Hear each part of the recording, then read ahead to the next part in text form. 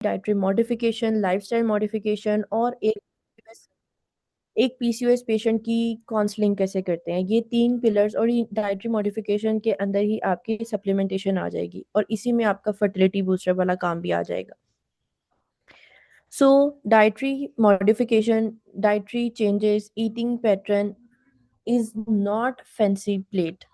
It's not mean के PCOS है तो बहुत हाई स्पेसिफिक पे जाके आपको डाइट प्लान बनाना है, बहुत हाई स्पेसिफिक चीज़ों के ऊपर जाके आपको काम करना है।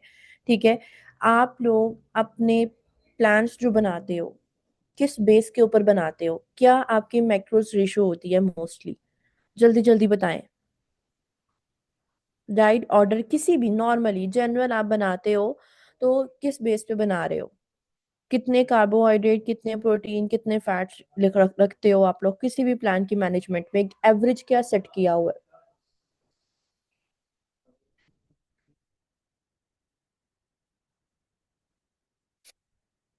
Carb 45 to 55 AM। हाँ, मैं AMDRG पूछ रही हूँ ना।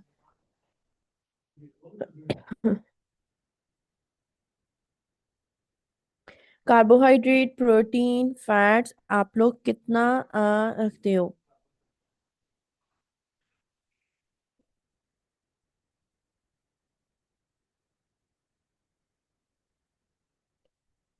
Protein 15 to 20%। ठीक है। और 45 to 65% calories, 20 to 25% fat, 15 to 20%। ठीक है। अच्छा, बेसिकली ना मैंने हाँ, ये जो नसीहा ने भेजा है ये सबसे बेस्ट बेस्ट एवरेज रेशो है। अच्छा, एक चीज जो मैं आप लोगों को बताना चाहूंगी वो ये, हम लोग किसी भी डिजीज की प्लानिंग कर रहे हैं, किसी भी डिजीज की, उसमें अगर आप moderate carbohydrates, high protein, moderate fat, इस रेशो के साथ चलोगे ना, आपकी प्लानिंग मुश्किल नहीं होगी।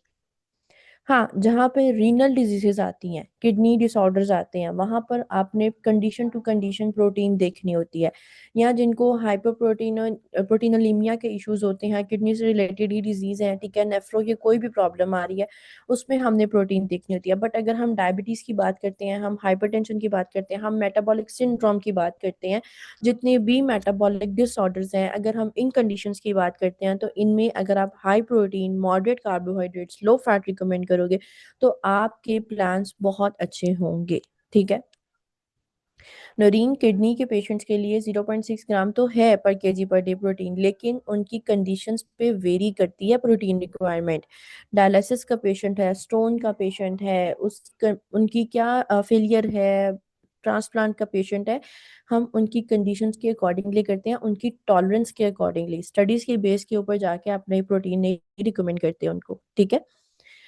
अब यहाँ पर पीसीओएस का आप लोगों ने देखा होगा कि कितनी ज्यादा हाइप क्रिएट हुई हुई है, कितनी ज्यादा जी, इसका बड़ा फैंसी प्लान बनता है, बड़ी मॉडिफिकेशन करनी पड़ती है। मैडम मुझे पीसीओएस डाइट प्लान बनवाना है, मैडम मुझे पीसीओएस की रिकवरी का प्लान बना दे। भाई, पीसीओएस रिकवरी प्लान है, आपका फैट लॉस है, प्लान सेम बनेगा। देखो, आप लोगों ने फैट लॉस करना है एक पेशेंट ने, क्या उसकी बॉडी के हॉर्मोन्स ने काम नहीं करना? क्या उसकी बॉडी में इंसुलिन रेजिस्टेंस नहीं ठीक करवानी? क्या उसकी बॉडी में आप लोगों ने जो है वो बैलेंस नहीं रखना, रखना है ना?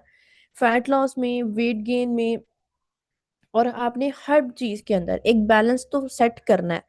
तो फिर पीसीओएस के लिए ये स्टेटमेंट सामने रखना कि जी इसका डाइट प्लान तो है वो सेपरेट बनेगा, नहीं सेपरेट बनता। हाँ, प्रोटीन रिक्वायरमेंट को हम थोड़ा सा इंक्रीज कर देते हैं, ठीक है, एज अ नॉर्मल पर्सन से, कि जिसमें आप 20 to 30 ग्राम जो है वो प्रोटीन हर मील में दे रहे हो, मेजर मील के अंदर, जिससे उनकी बॉडी बहुत अच्छा रिस्पॉन्स करती है। ठीक है, मसल बिल्डिंग होगी, फैट लॉस होगा, इंसुलिन रेजिस्टेंस बेहतर होगी, मील्स के दरमियान गैप कम रखना है और अच्छा फाइबर देना है, उनके वाटर इनटेक पे काम करना है। ठीक है, इस तरह से आप उनको वो चीज़ रिकमेंड करोगे। एक चीज़ मेरी, अब सब लोग अपने दुपट्टे के पल्लू से बांध लो, जो लड़के बैठे हुए हैं, ठीक है, अपने कफ्स के साथ बांध लो। कभी भी कोई भी चीज़ आपने स्किप नहीं करवानी किसी भी पेशेंट को। अनटिल अनलेस उस पेशेंट के लिए वो अवॉइड, जो हम चीज कहते हैं कि अवॉइड नहीं करवानी, वो उसकी बीमारी को ट्रिगर ना करे। ठीक है। हम पीसीओएस की बात करते हैं, कोई ऐसी चीज नहीं है जो आप पीसीओएस में अवॉइड कर पाओगे। ना डेयरी अवॉइड करवाना है, ना ग्लूटेन अवॉइड करवाना है, ना चीनी बंद करवाओ उनकी, ना उनको डिटॉक्स पे लेके जाओ, ना उनको जो है वो इस तरह की इंटरमीडिएट फास्टिंग पे करवाओ, कीटो पे करवाओ, वाटर फास्टिंग, एग फास्टिंग, किसी भी तरफ उनको लेके जाने की ज़रूरत नहीं है। हर पेशेंट की बॉडी डिफरेंट रिस्पॉन्स करती है, हर पेशेंट का लाइफस्टाइल डिफरेंट है, हर पेशेंट की जो स्केड्यूल है बॉडी का वो डिफरेंट है, हर पेशेंट की रूटीन डिफरेंट है, उनके लाइक्स डिसलाइक्स डिफरेंट हैं, उनके फूड प्रेफरेंसेस डिफरेंट हैं। सो हम इस चीज़ के ऊपर क्लेम नहीं कर सकते कि आपने डेयरी नहीं लेना, आपने लैक्टोज वो सॉरी ग्लूटेन नहीं लेना। ठीक है, आप ये चीज़ें नहीं कहोगे। जब भी प्लान बनाना है पेशेंट को हर चीज़ दें। आप लोगों ने देखा होगा कि आप हम लोग पीसीओएस के अक्सर डाइटिशियंस को प्रमोट करते देखते हैं, हम इन्फ्लुएंसर्स को प्रमोट करते देखते हैं, हम वीडियोस में देख रहे होते हैं कि जी डेयरी प्रोडक्ट्स जो हैं वो उसको पीसीओएस की कंडीशन को वर्स करते हैं, एक्नी को ज़्यादा करते हैं।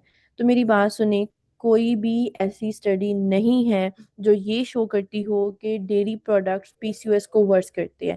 अगर आपको लैक्टोज इंटॉलरेंस है तो आप उसको डेयरी अवॉइड करवाते हो, अदरवाइज डेयरी कुछ भी नहीं कहती। मुझे बायलेटरल पीसीओएस है, मैं दिन में 3 दफा भी चाय पी लेती हूँ, मुझे कोई मसला नहीं होता। मैं, हाँ, एक और चीज जो मुझे अपनी एग्जांपल देते हुए याद आ गई है, बहुत सारे ऐसे पेशेंट्स हैं पीसीओएस के पेशेंट्स जिनको स्पेशली इन्फ्लामेटरी पीसीओएस है।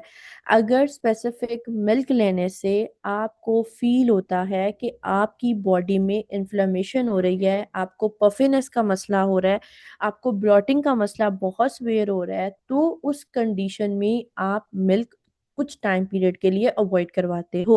अगर आपको लगता है कि मैं जब भी दूध पीती हूँ या मैं जब भी दूध से बनी हुई कोई भी चीज ले रही हूँ, तो उससे क्या हो रहा है कि दूध से बनी हुई कोई चीज से कोई मसला नहीं है, दही भी तो दूध से बनता है, तो मुझे उससे मसला नहीं होता। लेकिन मैं जब दूध का ग्लास पीती हूँ तो मेरे फेस पे पफिनेस बहुत ज्यादा हो जाती है, या मुझे जो है वो इन्फ्लेमेशन बहुत फील होती है, मुझे ब्लॉटिंग बहुत फील होती है।